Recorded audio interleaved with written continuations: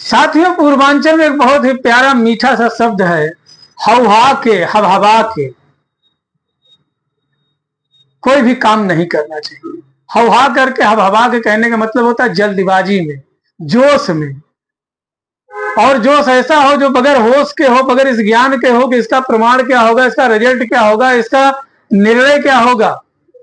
ऐसे काम नहीं करना चाहिए।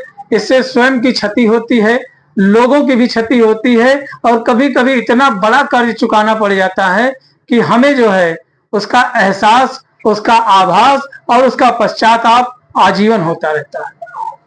साथियों, एक बार की बात है कि एक पति था, बड़ा ही निकम्मा था, काम धाम नहीं करता था, और जो है हमेशा पति पत्नी में लड़ाई झगड़ा होता रहता था।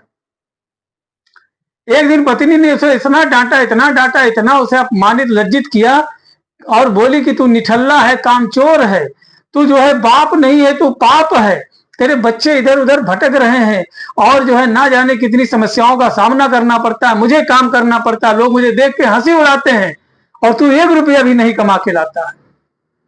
अब क्या करता, मर्द तो मर्द, मर्द मतलब क्या हुआ, जो जब तक मरे ना तब तक दर्द का जो है आभास करता रहे, वह मर्द है। उसने दर्द का आभास किया, तुरंत रात में जो है 3, सवा 3 या 2:30, पौने 3 बजे जाग गया। घास भूसा काटा, मिलाया, जो है बढ़िया खरी उरी लगा करके, बेहतरीन धुआं हुआ जला करके गैया को जो है खिलाया, और खिला पिला करके मन ही मन में संकल्पित हुआ, और यह आशा लेता है, और यह विचार बनाता है, ये योजना बनाता है, लिस्ट ऑफ गोल्स तैयार करता है कि आज से दूध बेचेंगे और बच्चों का जीवन जो है मौज मस्ती से कटेगा, अपना भी जीवन अच्छे से कटेगा। उसके बाद में धुआं वहां लगा करके जब देख लिया कि गैया खा ली, उसके बाद बाल्टी लिया, जो है गोड़ में फंसाया, बैठ करके दोहने लगा। साथियों, दूध निकालने लगा, बड़ा तेज तेज खर खर घर घर की आवाज आ रही थी। पत्नी जाग गई, कही भाई कहां से खर खर घर घर का आवाज आ रहा है। तो पत्नी ने देखा कि कहीं चोर वोर तो नहीं आ गया, कोई मुसीबत तो नहीं आ गई है। तो जब पत्नी देखती है जो है, तो देखती है कि उसका पति जो है धुआं हुआ जला करके बढ़िया जो है गैया खिला उला करके जो है दूध जो है निकाल रहा है। आदमी को पता चल गया कि पत्नी देख रही, लेकिन वो बहाना मार करके जो है उधर ध्यान नहीं देता है, और जो है अपने धुन में मस्त रहता है। और थोड़ा सा भाई क्या जानते हैं, पुरुषों में जो है कि आ ही जाता है। उधर क्या होता है कि पत्नी उसकी आती है, कदम आगे बढ़ता है, पति बड़ा खुश होता है कि भी आएगी, कहेगी, जो तारीफ वरीफ करेगी, कुछ मजा आएगा। लेकिन अचानक से पीठ पर गद गद 2-3 डंडा पड़ता है। कहता है पगला गई है क्या, काहे मार रही है। बेवकूफ कहीं की, देख आज मैं पौने 3 बजे ही जग गया हूँ, 2:30 बजे जग गया हूँ, 2 बजे से नींद नहीं आ रही है। दूध जाएंगे, निकालेंगे, बेचेंगे, बढ़िया पैसा लाएंगे, मस्त मौज करेंगे, हम लोग ऐश करेंगे। औरत का जवाब सुनिए, आनंद लीजिए। कहते रे नाश कटा, रे नाश पिटाई, का कर दिया, नाश कर दिया। कहा क्या हुआ, पागल है क्या। कह रहे नीचे देख। कहा क्या नीचे देखे। कहा गैया वहां बधी है, तो बैल को जो है यहां खड़ा करके दुह रहा है। तो साथियों, इसीलिए जो है कहा गया है कि आपको संभावनाओं से अवगत होना चाहिए, आने वाली समस्याओं का पहले से ही समाधान। तो इसलिए जो है हनीमैन साहब ने कहा कि भाई एक होम्योपैथिक चिकित्सक के जीवन में कहां कहां समस्याएं आ सकती हैं, कैसी कैसी दिक्कतें आ सकती हैं। हर तरफ तो प्रकृति है, हर तरफ तो पौधा ही है, हर तरफ जड़ी ही है, हर तरफ दवा ही है। कहीं ऐसा ना हो कि आदमी तोड़ तोड़ करके, फोड़ फोड़ करके खाना शुरू कर दे और उसका दुष्प्रभाव उस पर पड़े।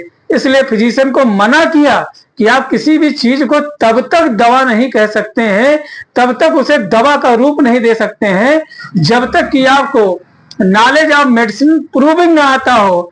जो है नॉलेज ऑफ मेडिसिन प्रूविंग जब तक आपको आता नहीं है, जब तक आपको ड्रग प्रूविंग करना नहीं आता है, और जब तक ड्रग प्रूविंग का निष्कर्ष निकालना नहीं आता है, यानी हर स्टेप को आपको भली भांति जब तक जान नहीं जाते हैं, तब तक किसी भी चीज को आप दवा नहीं कह सकते हैं। वह दवा तभी होगी जब उसका सुसंगठित, सुव्यवस्थित, परियोजित, नियोजित आदि का क्रमबद्ध ज्ञान, जो कि कई लोगों पर, ढेर सारे लोगों पर साइंटिफिकली प्रूव हो, प्रयोग हो, और फिर जब निष्कर्ष निकले तो ही वह वैज्ञानिक तौर पर दवा कही जाएगी। इस बारे में जो है उन्होंने बताया। तो आइए अब डिटेल में बात करते हैं। साथियों नमस्कार, मैं डॉक्टर कुलदीप श्रीवास्तव, होम्योपैथी के चमत्कार, लखनऊ उत्तर प्रदेश से आप सभी लोगों का पुरजोर स्वागत, वंदन, अभिनंदन करता हूं तथा जो भी हमारे बड़े बुजुर्ग इस वीडियो को देख रहे हैं उनको सादर प्रणाम, चरण स्पर्श। साथियों आज विश्व मातृ दिवस है और इसीलिए जो है इतना ही कहना चाहूंगा कि वह भाई बंधु जिनकी माता है उनके पास में और दुनिया के सबसे सौभाग्यशाली इंसान है, क्योंकि कहा गया है कि जिनके घर में माता के पांव पड़ते हैं वहां देवता भी सहजता से खींचे चले जाते हैं।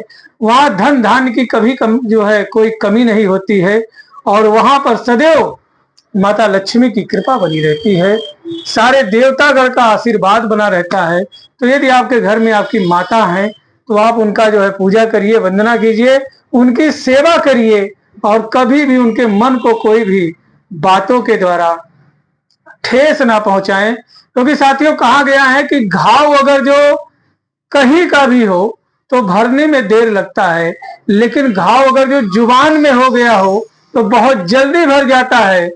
लेकिन अगर ये जुबान किसी को घाव दे दे शब्दों का तो वह जीवन में कभी नहीं भरता। आपके माता पिता आपसे चाहते ही क्या है, बस आप उनके सामने खुश रहें, तंदुरुस्त रहें, मस्त रहें, इसी चीज की दुआ करते हैं और इसी आशा में आपके माता पिता जीवित हैं। तो इसी महामंच के माध्यम से दुनिया में जितनी भी माताएं हैं सबको चरण स्पर्श, सबको प्रणाम करता हूं। तो साथियों आइए फिर से अपने टॉपिक पे आते हैं। हम लोग बात कर रहे थे requisite knowledge of a physician in order to be a practitioner of the healing art. तो इसमें साथियों हम लोगों ने एक पॉइंट पढ़ लिया था। आज दूसरे पॉइंट पे हम लोग बात करेंगे नॉलेज ऑफ मेडिसिनल पावर। जी हाँ दोस्तों, नॉलेज ऑफ मेडिसिनल पावर, यह क्या चीज है नॉलेज ऑफ मेडिसिनल पावर, क्यों इसका? साथियों महात्मा हनीमैन कई भाषाओं के जानकार थे, कई भाषाओं में ट्रांसलेट करते थे और जो है मेडिकल साइंस का कंप्लीट नॉलेज था, क्योंकि वह MBBS MD थे। और साथ ही साथ उन्होंने जो है एक एक सीढ़ियों से चढ़ करके बुलंदियां प्राप्त की थी, इसलिए गिरने का कोई खतरा नहीं था, गिरने का कोई डर नहीं था। It can not be learn by Angénieux prior speculation. It can not be learn by any Angénieux prior speculation. Angénieux कहने का मतलब हुआ कुशल, प्रायर समझ रहे हैं। स्पेकुलेशन कहने का मतलब यह हुआ साथियों पूर्वानुमान। किसी ने कह दिया कि ये चीज जो है इस काम में आती है, किसी ने कह दिया ये जो है जड़ी इस काम में आती है, ये बिरवा, ये पेड़, ये गाछ इस काम में आता है, तो हमको उसके टेस्ट, स्मेल और जो है बातों पे ना जाकर के उसको डायरेक्ट किसी को धड़ से दे देना है। इसीलिए साथियों होम्योपैथी देखने में एक दूसरे के समानांतर तो हो सकती है, लेकिन कहीं भी इसका किसी से कोई लेना देना नहीं है। यह खुद में एक डिफरेंट तरीके की साइंस है और डिफरेंट टू डिफरेंट तरीके की बीमारियों को, असाध्य से असाध्य बीमारियों को आसानी से जो है इस पैथी के माध्यम से ठीक किया जा सकता है। अगर जो इतना ही आसान होता तो शायद हनीमैन साहब एफोरिज्म नंबर 105 से लेकर के एफोरिज्म नंबर 145 तक पूर्णतया step by step drug proving को बताए, और इतना ज्यादा एफोरिज्म लिखने की क्या जरूरत थी। इसलिए साथियों अगर जो जब तक आपको ड्रग प्रूविंग करना नहीं आता है तब तक आप एक कुशल होम्योपैथिक चिकित्सक नहीं हो सकते हैं। या यूं कह ले सीधे शब्दों में कि यदि आपको विषम परिस्थितियों में कोई समस्या आ जाती है या यूं कह ले कि कोई आपातकालीन स्थिति आ जाती है कि यदि दवा का आदान प्रदान एक स्थान से दूसरे स्थान तक नहीं हो पाता है तो आपकी योग्यता का क्या मतलब? आप भी हाथ पे हाथ धर करके एक आम इंसान के तरीके से बहाने बनाएंगे, रोएंगे, चिल्लाएंगे, चीखेंगे और अपनी नाकामियों को गिनाएंगे। यह चीज का पूर्वानुमान हो गया था, इंजीनियर्स प्रायर स्पेकुलेशन।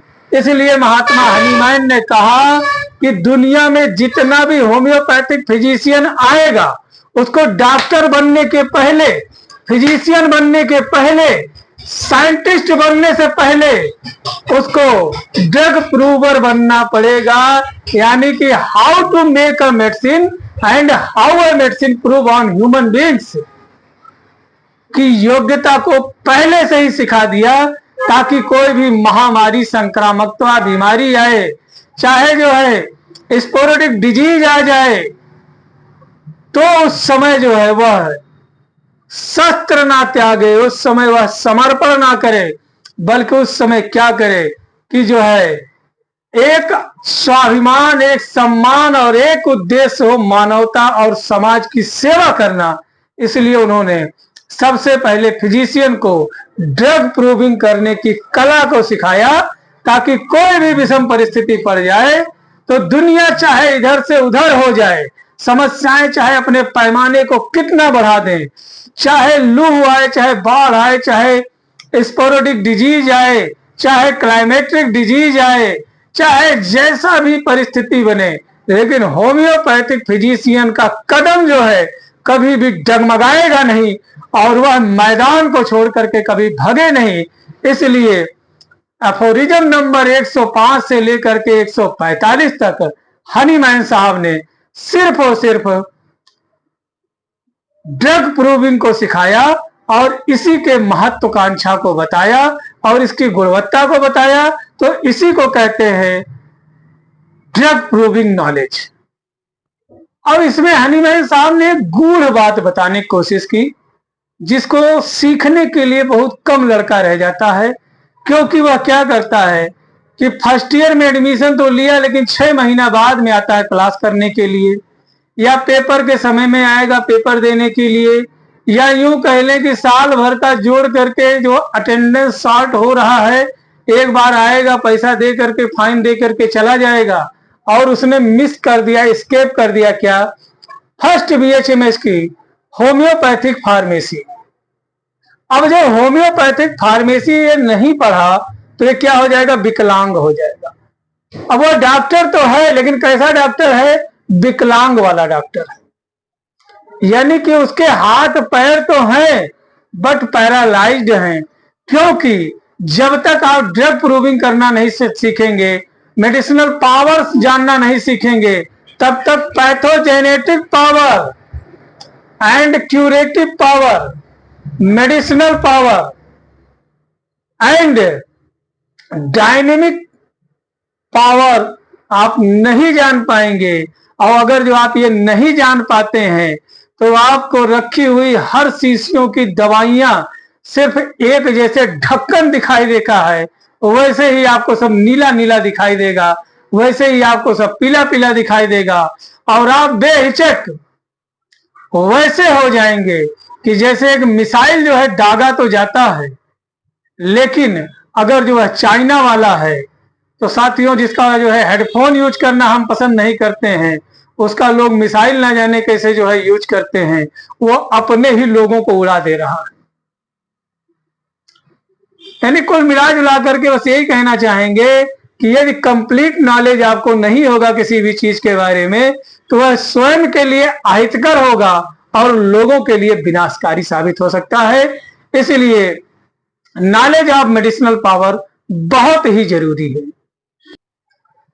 तो साथियों आशा करते हैं कि यह बात हमारी आपके समझ में आई होगी, क्योंकि जब तक हम यह प्रारंभिक ज्ञान जो है नहीं लेंगे, तब तक विद्या आरंभ आपका नहीं हो सकता है। और विद्या आरंभ जब संस्कारों में बस जाए तो यकीन माने कि श्री गणेश ही श्री गणेश है, सफलता ही सफलता है। लोग कहते हैं दवा नहीं काम करती है, मैं कहता हूं डॉक्टर नहीं काम करता है, क्योंकि वह दवा काम कैसे करेगी इसके बटन को सीखा ही नहीं कि कब कहां से ऑपरेट करना है। तो साथियों आपसे करबद्ध निवेदन है कि मैं ऐसे ही नॉलेजेबल वीडियो बनाता रहता हूं। ऐसे ही नॉलेजेबल वीडियो देखने के लिए आपसे करबद्ध निवेदन है कि प्लीज आप हमारे चैनल को सब्सक्राइब करें, मुझे फॉलो करें, ताकि हर रोज नोटिफिकेशन के तौर पर ऐसे ही नॉलेजेबल वीडियो आपके श्री चरणों तक पहुंच सकें। और साथियों प्लीज इस वीडियो को ज्यादा से ज्यादा शेयर कर दें, ना जाने यह ज्ञान किसके काम में आ जाए। कोई परीक्षा में अच्छा नंबर ले आएगा, तो कोई जीवन में अच्छा नंबर लाएगा, तो कोई मरीजों को अच्छे से ठीक करेगा। यदि कहीं से भी कोई भी जो है काम हो जाता है, तो ये बहुत ही बड़ा हमारे लिए सौभाग्य की बात है। तब तक के लिए अपने स्वास्थ्य का ध्यान रखें। मिलते हैं फिर किसी नए चैलेंज के साथ, किसी नए वीडियो में। जय हिंद, जय भारत, जय होम्योपैथी।